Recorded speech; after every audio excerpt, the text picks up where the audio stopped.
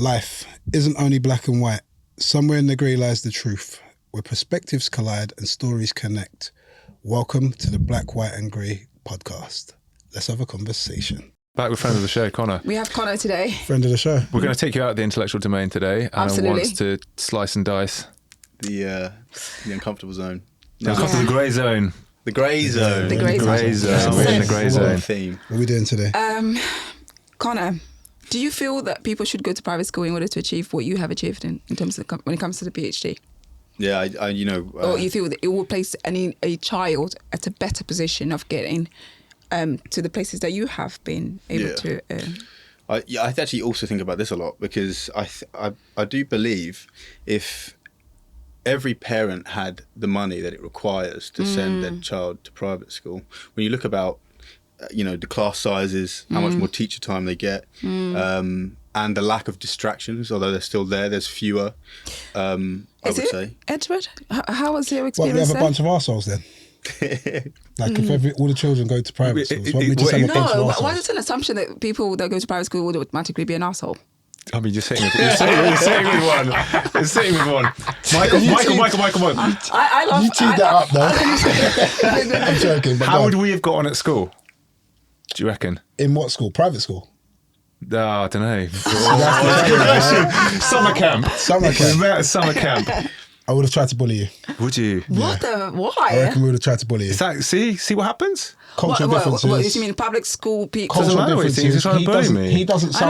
He doesn't sound like us over here from the working class backgrounds. Yeah. He's coming in looking smart and all neat. And It depends what these are all assumptions. It's really man. I'm not going These in are like real a assumptions. It's really subjective to which area you live in, right? If you live in an area which is obviously a superior, That's London, right? There is no superior area. No. See, I here's the was thing. kidding, and I'm being provocative, right? Here's the thing. He's gonna have the shin pads when we want to play football. He's got the full kit. He's a Full-Kit Wanker, and I've just got a football. And my shoes This is are true. just. No, I went to PPE. Exactly. that is it, PPE. I actually went to, not to divert the conversation too far, I went to a school prom a couple of days ago. What? And then there was sorry. not to, just to pick Yeah, up fine. and stuff, like young kids, less than 10, 11 year olds, and some kids were completely,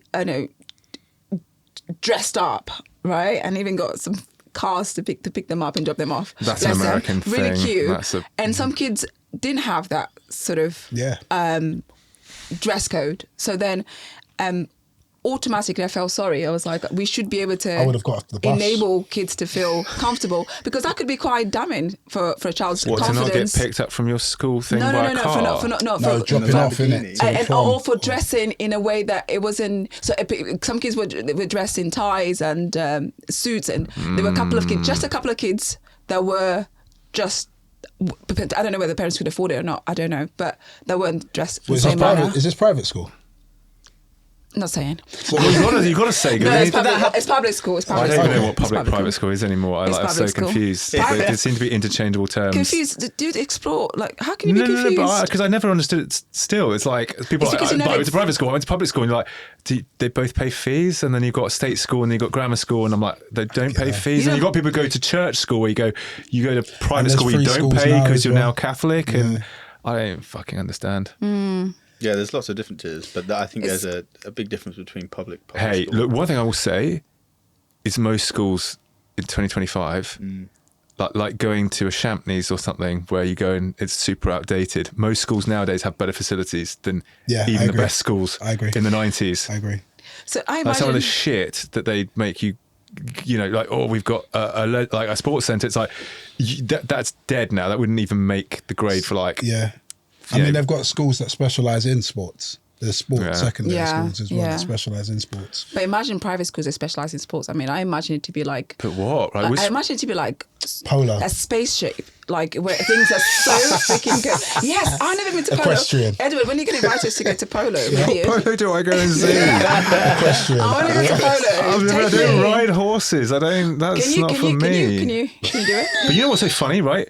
Is even stereotypes between cultures, right? So I remember I got sent on an exchange to Australia to go play rugby, and we had to stay on a farm And then they were like, you're going to help us work on the farm. So we're up at 5. You're going to go, if the fence is broken, you're fixing the fence. You're just going to get out of it. We got put on a horse, never ridden one before. They're like, you're going to keep up because we've got to go here. So it took us like a couple of hours to get confidence to be like going a bit faster. But we're like, this is dangerous. Like we are like galloping now, and like this is fucking scary. But they're trained though. But they assumed, really well trained, and they didn't put us on like. So they assume because you came from a private school. No, they were just like, we work on a farm. The fence is broken. Had you ridden a horse before? No. But that don't matter. Doesn't So matter. even when I rode my first horse, my horse just kept tempo with the other ones. that's what it is. It just the horses, fell in line. they're like in herds. They just follow each other. The other one was going, and it just, especially when they're trained. Yeah, it was so really well once trained. you know what to do, pull the reins back, left, right. Have you ridden a horse? Yeah, but my point was like, that was a function. Here it's a polo. Do you know what I mean, who's riding horses? If somebody like you're doing something very different, there it was like, how are we going to get back the farm? Yeah. You had to get on with it. Let's get on with it. It's not like a sport. So it's like a fancy. But It's Connor, like sorry, we diverted. Do you feel that kids should go to private school? Oh, you said if a parent can afford, they would give the best to their child. Yeah, I think we lost track there. But what I was saying is, I think all parents would want to give that. I think the cost of it nowadays for middle class families is just being made tougher and tougher. Yeah, and for sure. And I feel bad, especially for the middle class that's not in the upper middle class. It's being really tough for them just to get their children. And sometimes I think children really struggle in public school, and they're bullied, and there's a higher chance of them being bullied. And sometimes people remove their kid from there and pay just to get them a better education, so they improve their chances. I think every parent would want to do that, but it's not necessary to achieve. I just think it's more difficult. I was going to say, it's definitely more challenging to be able to achieve what you have achieved. I sometimes feel, I don't think just it's purely to do with schools, but it's also to do with role models, having people around you that have been able to achieve that. 100%. I think. what in school? No, around you. I think that some middle class families have like, oh, my uncle is a engineer, or my auntie is a doctor, and my uncle my cousin is an astronaut. Like some of us that have maybe like exposure to yes that. You know no. what a lot of the kids Yes said and to no. my school What? is, my parents sent me here. I don't see them. That's what it is. They didn't give a shit. Like one But that was guy, one of my boarding best school. mates. That was boarding one school. of my best mates was like, my parents had never even seen the school. They don't even know where they sent me. Yeah, They came at the end. I think that's the danger. And he got right? sent from 8. I think that's the danger. I think what Connor was saying. That's that was, lonely. What Connor was saying that really works for me is it's just having the option. Yeah. So if your Yes. child is getting bullied, But you that's should what have you the want from option your to take your education child system, out. right? Yeah, It's but like based extreme on that cost, child. which today is just so When unaffordable. it comes to bullying, Connor mentioned twice, but I'm assuming human nature, there's bullying anywhere, People everywhere. get bullied in workplace. People get bullied everywhere. Yeah, Everywhere. bullying. And I you don't get bullied think for is- stupid shit because kids at 13 are stupid. Yeah. Like, you're stupid because you're not smoking. You're stupid because you're trying at stuff. You're stupid because you're not amazing at sport. Yeah. Those are not values which serve you in the real world. Kids are horrible. and when yeah, they're horrible. And especially the back in- worst kids are the most invested in being horrible to other kids. Because they got Yeah. horrible parents. They're Actually. horrible parents. They got Exactly. So horrible the parents. cancer spreads. Yes. And the good kids will get disrupted. And, Yes. And they become bad kids through the process. Some of them. And the problem is I like, maybe I'm wrong. Everybody can challenge me on this, but sometimes the most successful people I know are the people with the biggest chips on their shoulder who Really? school didn't really work for them, and they go, you know what, screw all of you. To the drive. We've got I want to prove a point. And I'm not saying that's a good environment. You don't wish that on people, but like It works. take Elon Musk, like A win is a win. he's harmed from his relationship with his dad and wants to prove a point over and over and over and No, over. but and he over. was also bullied at school. He 4 bullied years. at school badly. 4 Badly, years, badly. non-stop, every day. Bless him. Yeah. When I read the book, I was like, wow, this is intense. And like very physically. But Yeah. how many of those bullied kids do you think go on to become multi-billionaires, and how many of them do you think crash and burn? I was going to say, Crash what and are we burn. rating as success? Yeah, you in only this see the process? ones that are successful. That's true. That's all, true. all the Financially kids that are bullied, successful. most of them, They kill themselves. they go on a downward spiral. Yeah. Yeah, that's true. And we praise the ones that made it out, But but I don't think that's the majority. Yeah, it's like a No, selection I bias. That's agree. true. I definitely agree with I mean, you. look, it's like that universal agreement of what should education achieve, and for me, it's like you want to set your kid up by the end of it for as much integration and success in society as possible. So it's the integration of education, social characteristics, and like Yes. coordination across all people. You don't want an echo chamber, right? Because if you just go to a school where you go, it's all backpats here, it's like you're not learning about life. You're learning about how to be nepotistic. And Do you think it's fit for purpose? I love nepotism, by the way. Just saying. well, the world just works. It makes life easier.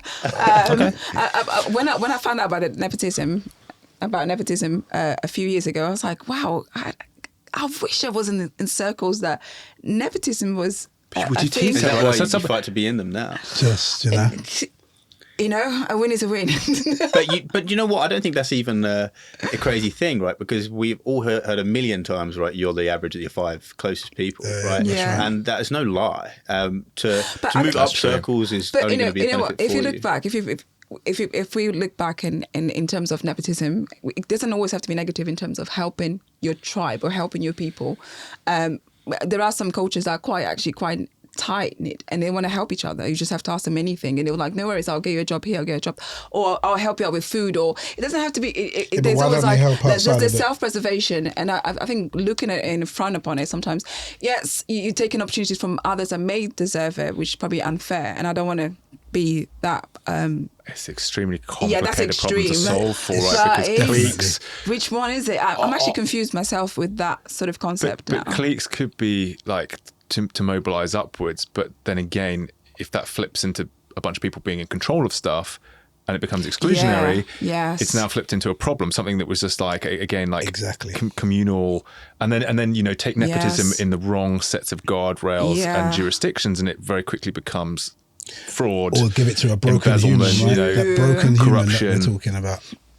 Yeah, you're completely right. Yeah, no, the thing is that's so complicated, right? Is that you, and we touched on this with the AI conversation, is you're taking a chance today on the relevance of your education for your child in 15, 20 years. And that's the thing that I'm finding really difficult at the moment. It's like, would I throw 25, 30,000 pounds a year at my child's education in a private school, or should I just put it in a Google stock?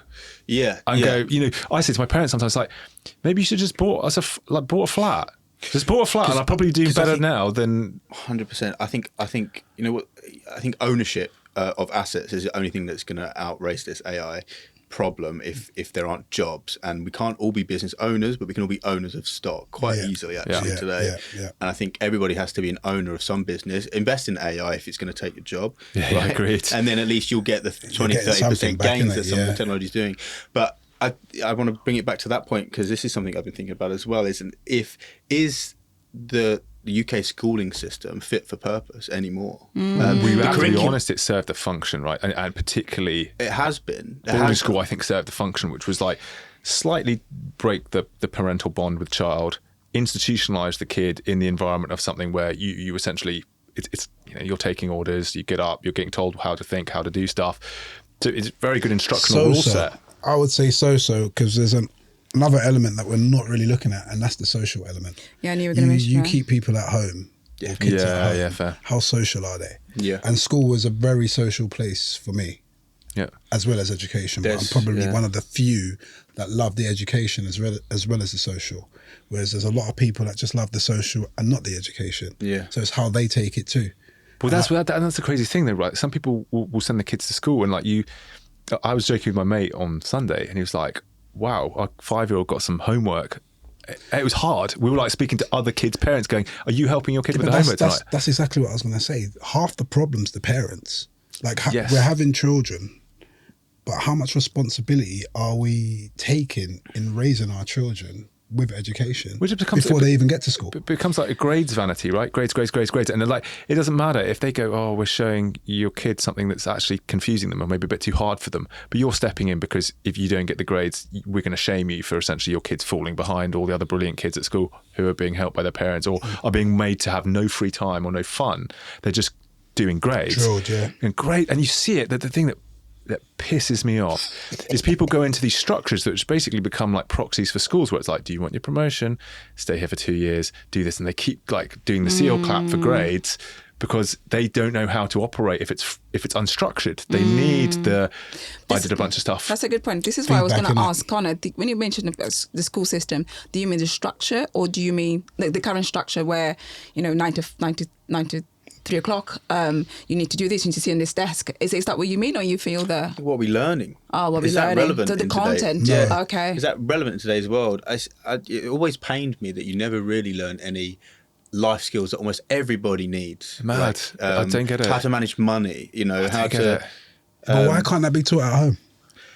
It can be, but not And every why parent isn't it? Is able to do like that?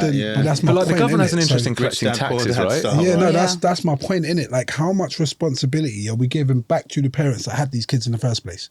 We always No, but- look left and say the government and the school system should be doing ABC, Yeah. but the parents are having these children. But some of these parents are obviously, I don't think we can place that much responsibility on the parents. Why?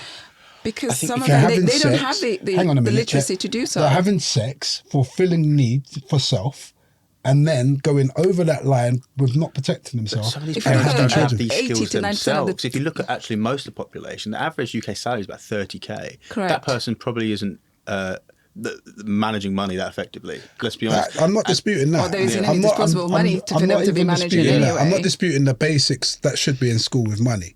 I'm just saying, how much responsibility are parents taking in bringing up their children with just English? How about that? With just the basics of English and maths?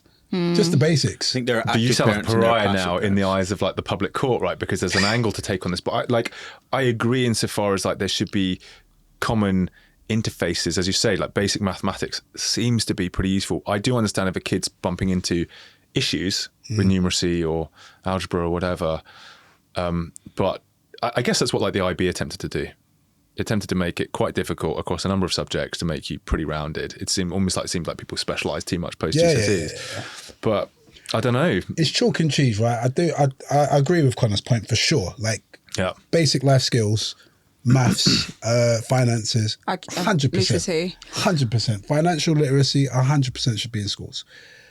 But I'm just saying, we always look one-sided, and I'm just like, but what about the other side? I know there's That's a lot all of I'm responsibility imposed in the government, which sometimes is unfair. I think maybe, the disease in teaching. mankind is Shifting. rife anyway from years ago, and that's probably the issue that we're looking at now. Yeah. That can't be controlled because, like you said, Connor, there's some parents that have only been on 30k all their lives, never gone up, and now they're struggling, don't have time to look after their children, have had the children by mistake, but then believe in some sort of value where No, some people. termination. I know people that that I've met that have 6 children and they want to have the 7th and they want to have the 8th child, and I'm thinking, and I know how they live in, and they rely completely on the state. on the state But that's in the UK, right? in the UK. Yeah, what sort of And financial advice are they giving their children? None. It doesn't exist, right? There's none. But there's a lot of people out there that How are many more kids passive. do you need? So that's my point, innit? Responsibility starts with the parents, no? Because why are you having 6, let alone, why are you having 1, let alone 6, if you can't even do the basics? And the problem is the teaching of how to be an adult and being responsible. That should be in school for the children. Because nobody teaches you how to be an adult. We're all learning how to be adults while we're living. It depends on what sort of social demographic, isn't it? You go to therapy, you do this, you do that. Some people equip their children really well to Some. become an But adult. what's the And percent- the unfortunately, percentage? I mean, the but- high percentage not. Yeah. It's not uncommon for people. Look, everybody starts on a destination, and everybody sort of tries to determine where they aim. And I think that what seems to be happening now is I've seen a lot of people take advantage of the good educations they've been given, and a lot of people waste it. A lot of people just go sideways or they go backwards, or they kind of feel this futility where they kind of go, I'm never going to meet the expectations of what I wanted because I want to do something creative. And then creative becomes a dirty word because it's like, you can't do anything creative. We've spent too much money on this education. I suggest you give it back. And then I remember asking one of my best mates, who was Nigerian, I said, what would you do if you weren't like basically working in finance? He's like, I always thought about being a graphic designer. I was like, that's a big It could be a good job though. drift. But it's just, I It's make money as a feel graphic sad for designer. somebody, right? Because again, like I think if somebody wants to express themselves, Yeah. if you're not able to express, I think most humans suffer from not being able to express themselves. Yeah. And I think Yes. that's, I What, think, because of family pressures. We do. yeah, I just think the opposite of expressing yourself is to depress yourself, right? Because you essentially have to commit energy to going, oh no, I didn't want that anyway. It doesn't, Do you feel pressure that you haven't been able to express yourself? I was really lucky that my route into where I went to school was not uncommon, but my dad grew up pretty poor in Australia, and in like a farm in like a village of 100 people or something. Like Nimbin is tiny. With the horses. With the horses. And he came over. He was an engineer, right? He wasn't a banker. He wasn't anything fancy. He didn't even, top career Engineers earns. went and well. Yeah, but I don't think anybody's like seeing engineers as like the high earners. It just so happened in the 90s that on one salary as an engineer, you could actually buy some all right stuff. Yeah. My mum grew up pretty, aspirationally, but all in the UK, but a little bit deluded in terms of she was like, this is a nice thing that people do. So they put themselves under financial strain to take me to school. But he never put pressure on me to do that because he just didn't. And my mum's artistic, so she's not got a leg to stand on in terms of what you should be doing. So I wish I was given more guidance and maybe more pressure. But I also feel that there's an element of, you've got to look at the type of child you're dealing with as well. Yeah, I completely agree. I was dyslexic as anything as well, Yeah. so I just played sport all the time. So you probably needed that balance. I just got told, but do you know what I mean? We all had our report cards, right? And I don't know what yours said. Like, what would yours said growing up? All A's and stars. No, actually not. And I think about this with the difference. Actually, I just think the caliber of grades in private school are because you're around a cohort that are just achieving. I was at school. I think I got like 2 A's, and that's it. 2 A's, and the rest were B's. But it goes to show that and I nearly failed my A levels as well. That's another thing. It's a lot of really bright people I know. I did. Because in secondary school, I got 1 A, A stars, an A star, and the rest were B's and C's. But then I went to A levels and I failed horribly. Yeah, I got an N, a U, and an E. What subjects do you do? Business studies, computing, and psychology. You just And tapped out. I just wanted to have fun. Yeah. So yeah, you see school that was age so awkward hard. because like you get to 18, all of a sudden life, distractions are females, coming bang. in. What's that, Life, girls? Everything. Drugs. Yeah, everything. Literally everything. Going, But also that's a crazy thing, right? People try and explain this to guys as they go through puberty. Is like you go from being like not that significant to power. Straight power. Bigger, All you the get things you have to stronger, be in you're all day. athletic. I had like this 4-hour free, and I'm like, well, I can What just do go I sit do in the now? park and Right. get high or something stupid, In the common room. Yeah.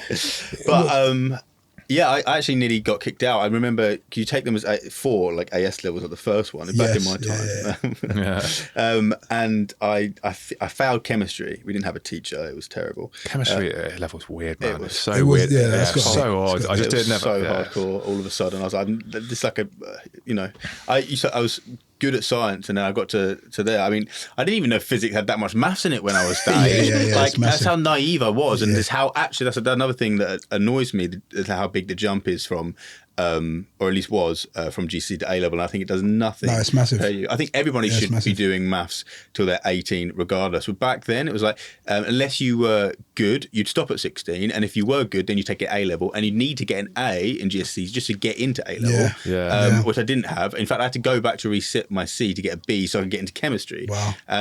And you just stop doing maths at 16 here in this country. Whereas you look at a lot of other places, they carry on doing maths till they're 18 regardless. But that's the crazy thing is that I remember one of my old flatmates who he's like a really bright Russian guy. He was like, I was like, how are you so good at maths? And he works as at a hedge fund doing programming. Oh, cool. And there's like, I just wasn't allowed to fail. I just had to keep being pushed into the maths classroom until you got good at it. See, and the funny thing about that, I was terrible at maths. I was terrible. Me too. And it was just one teacher that put his arm around me and taught me maths. Yeah, And crazy. maths is so simple. Just learn the formula. Math stacks, right? That's and it. if you miss any of the layer of the stacks that explain any of the maths downstream of that stack, it's confusion. It's confusion. Yeah. But if you can That's use it as simple. tools that sit there together, it seems to have like It's very simple, right? Set of instructions, and once it gets to that level, right? But then if you look at that, it's also how a particular human's brain works. I'm very systematic. Yeah. So if you give me the system, I can follow it, and that's maths for me. It's easy. Yeah. But then you might tell me, do grammar in English, and then I'm like, what's all these rules? It's too flexible, and that changes everything for me. I might look at words differently because I'm a numbers person more than a letters person. Yeah. But that's just me. Whereas another person might thrive on words and hate numbers. Yeah, my brother loves words. There you go. Again, to me, it's So- it used to annoy me so much, right? like in an exchange, you're like, am I communicating my idea effectively? Is the idea valuable or interesting? Yeah. And if I don't put it down in a sentence structure that's absorbable to him, and a paragraph structure that makes its point after its point, he just goes, I don't understand what you're writing. I don't understand what's the point you're making. I'm like, you can get the point. Like we know that there's in there. But then if you go full circle to is the school system broken? That topic is slightly, because the way teachers are identifying how children learn, that's broken. That is broken. Because they're just putting everyone in the room and saying, learn it this way. And not everyone learns the same Everybody's way. so different, you know. I grew up with undiagnosed dyslexia until I was at uni. So I went all through my education without Fucking sucks, man. till getting into my third year at uni, actually. Semi-winging it, you know. Yeah, it's just semi-winging Semi-winging it. it. Then it's like, I suck all the exams and I don't know why. Yeah. And then I finally got the assessment and it's like, yeah, you've got dyslexia. Is it Me too. I only found out when I went to law school. So not even university. I had to go to law school after wow. uni. Yeah, that's crazy. And then when I got there, and I was like, this is going to be tough. I was Yes, doing it's really well hard. at the beginning, law school. And I that's remember like my letters exams. jumping off the page, right? And missing letters. And No, actually, it's quite broad, and mine isn't like that. I've actually got a working memory issue, so I struggle to hold on to information while trying to take on new information. So it was really interesting getting the assessment done, and the classic one was like, so like a chaotic encoding of information because it's not being short-term memory to long-term memory in a very like yeah, I sequential can't hold fashion. on to it. So if you're like, there was like a string of 6 shapes, and then Yeah. I had to look over this side and see what shapes were in that series and then just go through. And the speed at which I could do that was so incredibly slow, because what's happened is I'd look at the 6th shape and I'd go here and I'd forget what 6th shape I was looking at. So I couldn't, and I'd go back and I'd have to go back like 3 or 4 times. I couldn't so hold you're them in my almost brain. training the brain to remember everything. Which is super interesting, because then if you look at the other episode we did with you when you're talking about using data inference, it's almost like the workarounds you do if you're dyslexic to look for signatures that made things explainable. So it's his skill. Yeah. So it's like you'd constantly have to look for workarounds that are like atypical as a way of exploring and unearthing. Makes sense to why you got so far. That like makes sense the- because I of like it's the, the idea of the way your brain's working fits the process of the PhD you're studying I think it to a was, certain degree. I mean, I like the lines you're drawing there. I mean, I think it's Circles. it's more about encoding it into an understanding. That's how I have to do it. I had to learn something truly, so like long term, or understand it. So does that mean you have to be like, you have to, is it repetition? Yeah, how do is you that best what absorb works for you? information? It can, yeah, it has to understand, and so to understand is not necessarily repeating. It's, you know, It's never like, it's rarely repeating. Like when you look at those old school But if books, it's and you're like, retention, how does it work then? well, they're like chemistry, right? You'd be like, are you joking? Like, how am I turning this illustration and this page of text into this amazing interaction that just seems to be like, oh, the electron will jump.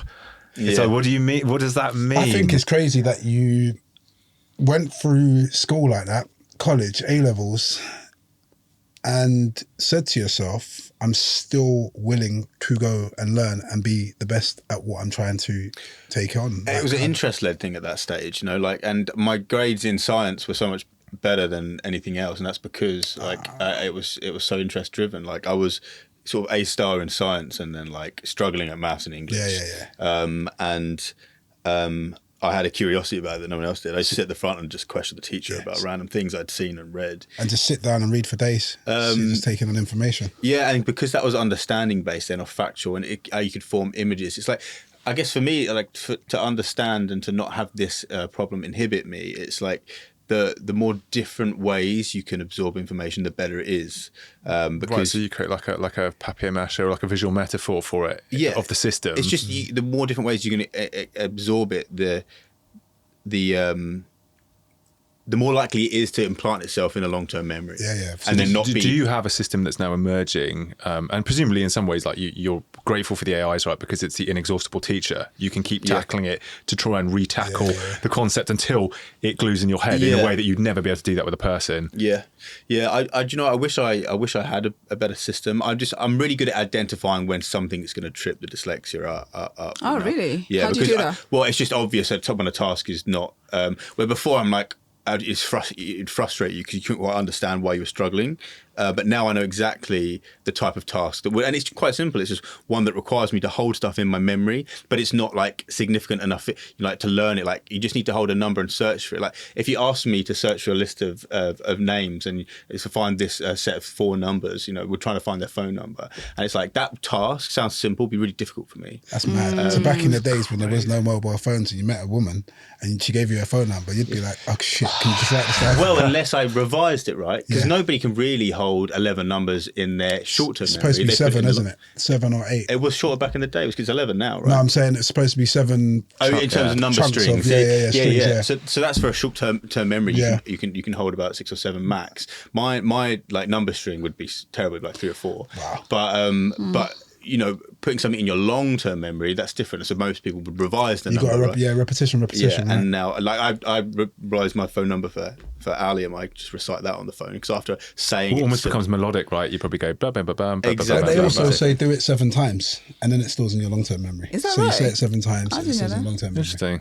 I didn't. Did you know I mean, that? it pisses me off though. Like I remember one time that's psychology. sitting down with a video and committing to like a one of the memory exercises, right, where you like imagine a maze with kind of pictures and things. And you can remember an extraordinary amount of stuff. You really can. Like you can actually remember loads of stuff. But if somehow it feels so cheap, it feels wrong, even though you're just hacking basically the way that we have a preference memory. There are ways, and I think a lot of people don't really understand how to unlock their mind's capacity like that. But yeah, the idea of a memory palace is something that's actually not just in Sherlock Holmes. It's It's like a compression algorithm, right? Essentially, you are compressing, and people.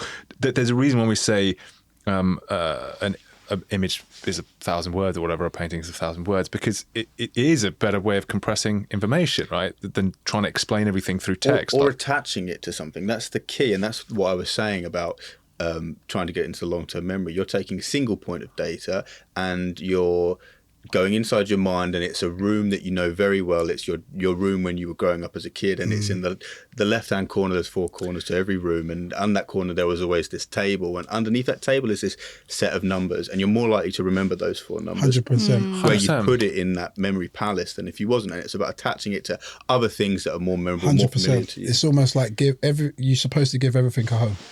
So through the lens of what school we should go to, where should we educate ourselves? Well, wherever makes the information stick, but there's got to be a theory of mind created for each child. No, we all agree there should be private school if we can afford it. Because you think they're more likely to explore that private school. So Connor said that, and I said that. We agreed that I was going to get bullied by Michael on summer camp. But it's just like you've got to get the information to stick. And build out that child's mind. And we've got some very agreed milestones in terms of it should walk, it should crawl, it should this, it should that. But yeah, it's kind of whatever gets the information to stick and creates meaning as to why it's sticking. And I think they also take A-level chemistry. They failed with that. They're like, you're going to accept that these things do these things. You don't really have a real world application for it. I was pissed when I failed though, because I just didn't like losing. Yeah, and I thought I was embarrassed, and I felt dumb. And I thought I was but that's such a failure. You're dumb. Horrible. You're dumb, right? And you're not dumb. You're not dumb. So somewhere the system's gone, you're dumb. It's like, that can really affect people's confidence. But it drove me. Yeah. Yeah. It can either knock you down or just make you do better.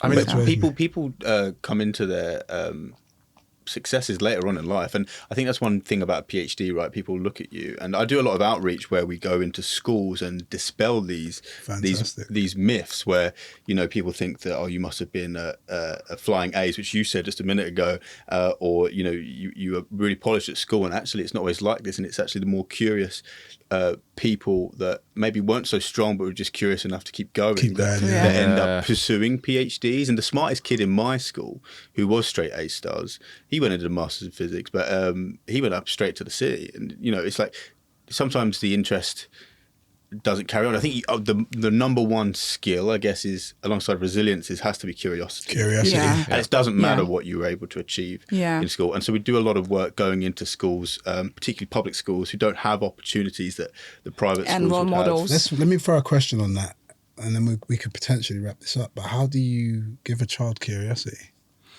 Can you? Is it innate? Is curiosity? I feel I'm very curious. Yeah, what made you curious? I'm very inquisitive. Well, I think it's innate. Because I used to be curious about the moon when I was very young.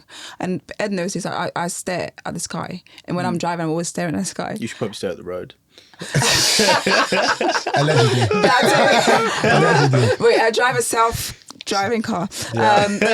So No, but I think I'm this fascinated by... whole room is curious. We've all kind of identified that we're curious. But is it innate? Like, that's the question. Does it? I think it can be instilled. Oh, that's To what- answer that's the what I question, thought. I think there is a certain level of it that is innate, but I think you can encourage it from a young age, because kids, when they're young, they are their most curious. Yeah. Like, children are so curious, and somewhere along the line, they'll lose it, or they'll lose some of it, and some kids keep it. And I think as parents, you can do a lot to try and instill that in your children by answering their questions, giving them time. Like, kids are always asking questions. Always, yeah. It's really easy to be exposure as well, isn't dismissive with children and their questions sometimes because Yeah, you're too that's busy. true. So there Yeah. could be a part of Or the exposure, isn't it? It could be a part of the system, the schooling system, that breaks that curiosity, Right. Which goes back to And what if you you're were saying. posturing as the arbiter of expensive education, what you don't want to pretend you have or haven't got is the answers. Why am I paying all these fees to be here? Well, our teachers have the answers for your kids, right? So it is a curiosity-inducing environment, but also not that much, because they've got to seem to be the authority to justify. Like, if you had like for like, right? Let's say you took the most amazing teachers into the public school system who could initiate curiosity, maths, etc. That would be a good outcome for your child. Yeah. Why would I pay a surcharge to reduce that enablement of my own kid? Well, I think it's something really individual, right, between teachers. I think maybe you could think back to who your most influential teachers were, and I can certainly think of mine, and they often led with questions rather than answers. You know, they led with questions and got you to think about, you know, why you were doing certain So it's things. almost like that's part of the curiosity trap, Yeah. and that's what we're talking about. Got you to think rather than to give you an answer to think about, you know. So they didn't enable you just by giving you the answer. Like No, you that said, doesn't enable you, and that's the problem. They you know. gave you the problem. And that's the problem with maths at a lower level. I think it's like, because maths is complex by nature, and a lot of the things you're learning, like say Pythagoras, you learn at school. You don't actually learn why Pythagoras. That's actually a much more higher level maths. It's like why it learns this. So, you know, when you're at school and you're like, but how does this work? And the kid's like, you just have to know that's what it means. Yes, and it's just like, pass and it the just test. kills all the amazing things about maths, which is actually it's amazing. beautiful language, right? But amazing. you don't learn like that at school. It's like you just have to know that this equals this, and that's because it's maths. too hard for you to learn right now. So don't think about it. And then you can't draw real world examples. Maths is incredible, right? It's like one of the only things that, it is the language of the universe, but it's the only thing that can really break the rules and the patterns of the universe into complete abstraction, right? It allows us to actually conceive of and conceptualize things that completely break everything we understand. We can't do that with chemistry. It has to exist within the physical universe. Therefore, all we can do is be explaining what we expect to happen or is happening. Whereas maths, it's like it's infinite, and that to me is incredible. Like when you talk about like different forms of infinity and stuff, Yeah. that's mind bending. That's your thing, 100%. isn't it? But what happens if we go to Mars? Does the rules change? That used to be governed by the rules of physics. You have to be, right? Like, because see, this is what fascinates me, right? Is like the universe to me is just a big question space. Yeah. In which you can ask questions and you can get answers, and the answer may be it's impossible to go to Mars. Probably isn't, but then the answer could be Until it is, right? yeah. And, Until it is, and if you can metabolize everything down to the layer of question that you need to be asking. And I think that's a problem that we have sometimes with understanding things. Somebody goes, "Can you explain what a car is?" Somebody goes, "Yeah, it drives on the road and is looking at the moon while driving it." And other people could Not go, driving, it's self-driving. "That explains nothing." Sounds Actually illegal. exists